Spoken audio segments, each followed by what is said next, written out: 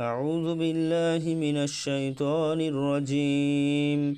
إن الذين كذبوا بآياتنا واستكبروا عنها لا تفتح لهم أبواب السماء ولا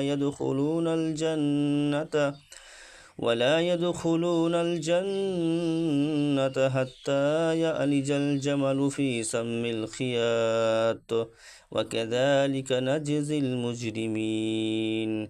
لهم من جهنم مهاد ومن فوقهم غواش وكذلك نجزي الظالمين. والذين آمنوا وعملوا الصالحات لا نكلف نفسا إلا وسعها أولئك أصحاب الجنة হুম ফিহা খালিদুন।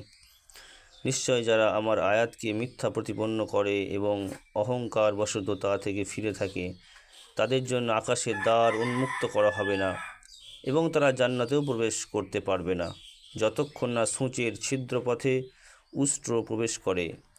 এমনিভাবেই আমি অপরাধীদেরকে প্রতিফল দিয়ে থাকি। তাদের জন্য হবে জাহান্নামের আগুনের বিছানা এবং তাদের উপর হবে আগুনের চাদর যা তাদেরকে আচ্ছাদন করে নেবে। এমনিভাবেই আমি জালিমদেরকে প্রতিফল দিয়ে থাকি।